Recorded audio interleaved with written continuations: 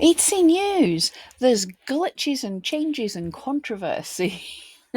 So the past few weeks I haven't necessarily done an Etsy news because there's been big changes. So hopefully I haven't missed the little changes they're trying to sneak in. But here are some of the things I've been spotting to do with Etsy in the past week or so. First thing, we've got the Etsy Up. If you haven't already joined this,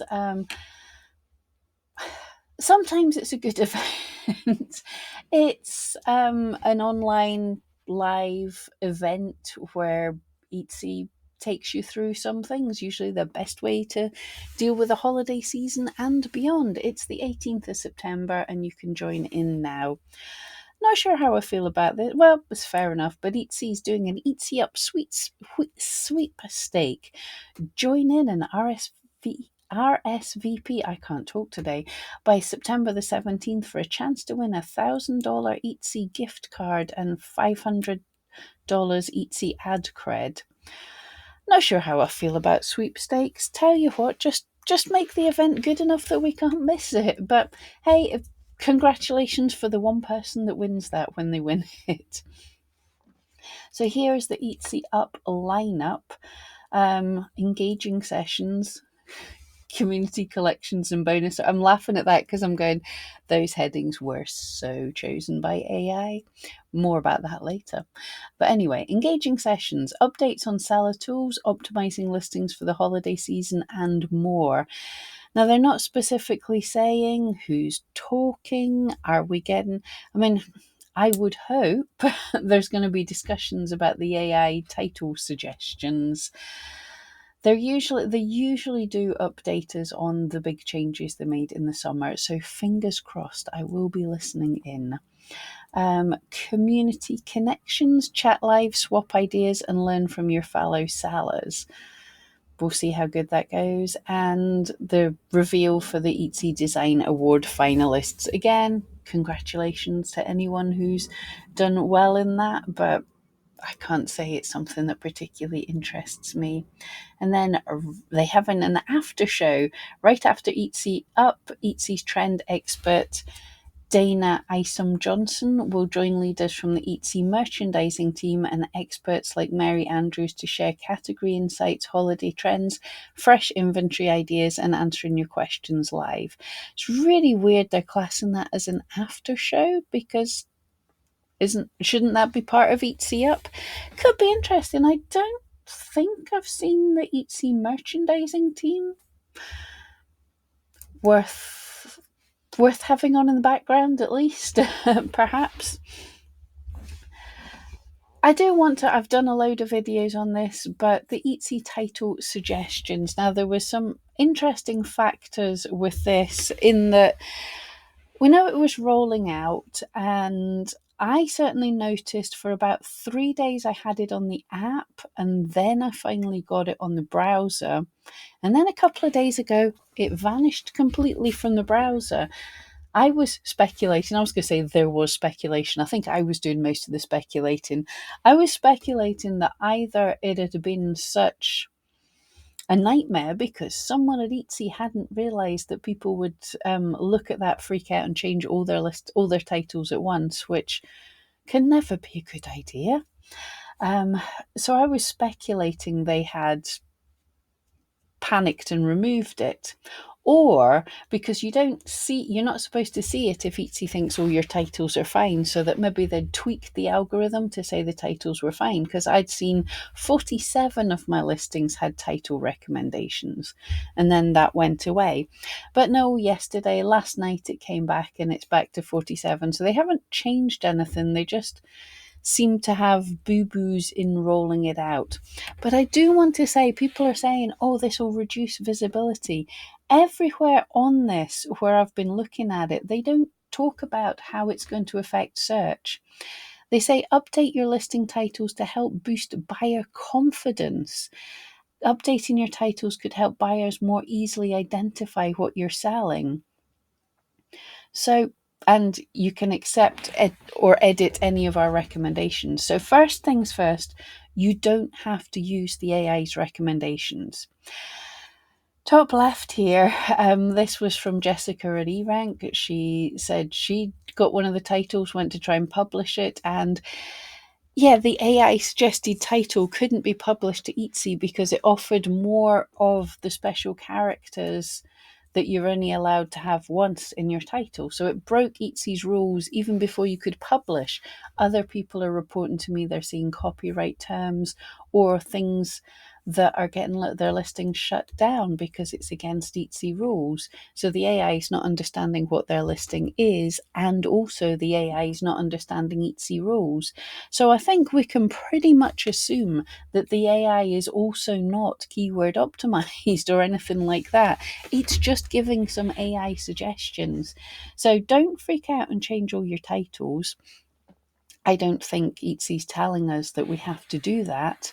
But also, if you want to change your titles, check what the AI is saying. Don't just blindly assume that Etsy's giving us some good titles. The AI does not sound. AI in general is not that good yet. It's good, or it gives the illusion of good, but most of the time it's not doing exactly what you think it's doing, so it's not as good as you think. So always check the suggestions, but don't, please, watch some of the videos I've made already. I've tested this out, I've looked into it. Don't change everything all at once. This is a new one for me. I knew some things you weren't allowed to sell in certain locations. I didn't know that Etsy automatically geographically restricted some things to areas that you weren't allowed to sell them. Since I spoke about this, a colleague at eRank has mentioned that in the UK, knives are geographically restricted. So what that means is if you have a listing with a knife, if you have a listing of a knife, it's not even going to show up.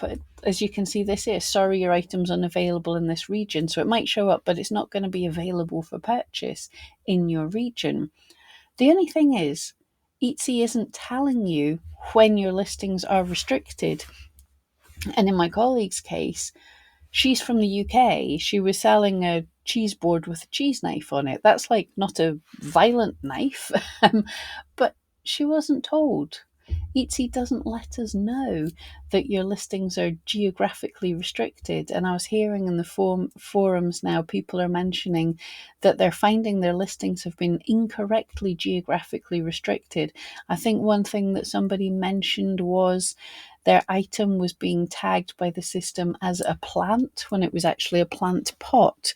So yeah, that's definitely an interesting one. I'm not sure what we can do about that because, yeah, nobody got the time to go in and change their location to everywhere in the world and check if their listings are showing up everywhere in the world. Tariffs, here's something. I mentioned this when I saw the tool that Etsy had given us to track, well, not the Etsy had shared with us, they didn't create the tool, but the tool to calculate the tariffs to the US. And I'd noticed that when I was putting in my original art, I was saying there was no tariffs. I also noticed that when I went to the post office website, if you say if it's original art, a handmade sculpture or something, there's no tariffs. So somebody in the forums had panicked saying, I thought the post office charged us, but they've not done it right. The tariffs haven't been charged in advance. And then they figured it out themselves. Proper antiques are also zero duty payable. So this is something that's not being mentioned enough. For people who are freaking out about selling to the US, it's possible that your items are tariff free. Now, there seems to be some misinformation rolling about the place saying, "Oh, if it's in an envelope, it's okay." I can't see that's the case. No, if you mislabel it, put it in the wrong category, put the wrong customs codes on it, yes, perhaps, but that would be illegal. Please don't do that. But there are some things that are going to be tariff free, so check on it. Currently, I'm still not shipping to the US because I'm just holding off to see what the backlog's going to be like. But I think I will. My original sculptures are definitely going to be tariff free. My bookmarks, I'm not so sure, so I'll probably hold off or find different ways to deal with them.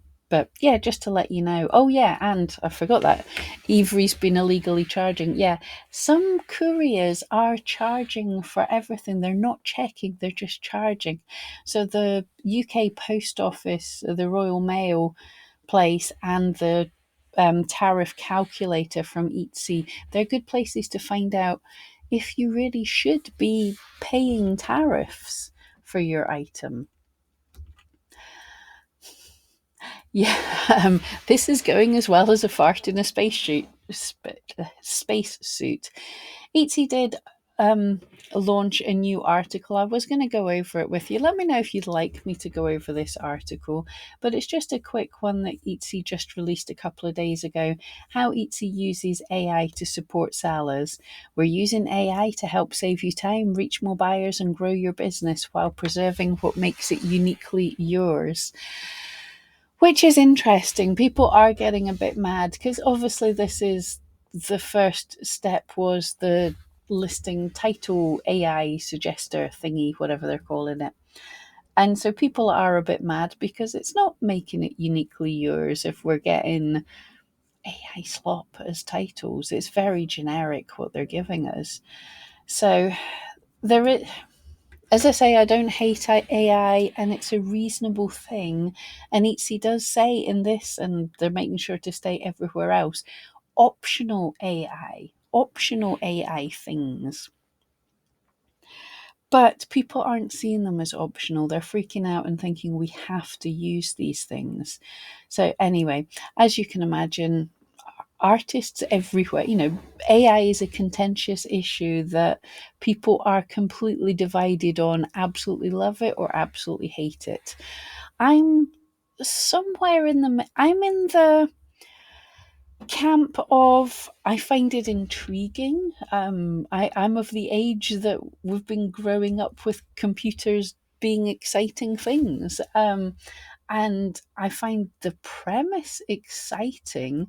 I find some of the uses exciting. Having an assistant where I helping me explain something better. So I can put in my mind dump and say, can you write that in a way that actual people will understand? Or can you shorten this sentence to something snappy? Or, how can I make this better? Do these kind of things. That's super good. I've even started using it now. Can you go into these documents and find where it says this, summarize what you think of that? But always double checking. I don't get it to do all of the things. I get it to be like a dumb assistant that runs away. I'm aware of the controversy around how they're trained. And I'm aware over the issues with the amount of electricity they use. So I'm trying to be mindful of that while also keeping up to date on the new technology. But I think it's interesting that Etsy's pushing it so hard without being mindful of sort of what people feel of it just now, the landscape for it, especially with artistic people. So, and also how badly I feel this has been launched. We'll see. By the end of the year, we'll see how this is all rolled out. And if you've used the AI listing suggester tooly thing to make changes, or if you've not, let me know how you've got on.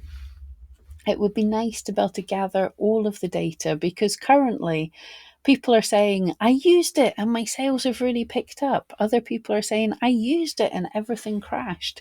Still more people are saying, I didn't use it and sales are picking up. And more people, I didn't use it and sales are crashing. So it's very difficult to get an idea just from little individual shops. We need to combine all the data together to see. But anyway, unless I missed anything, so let me know in the comments below. That's it for this week. I will see you next time.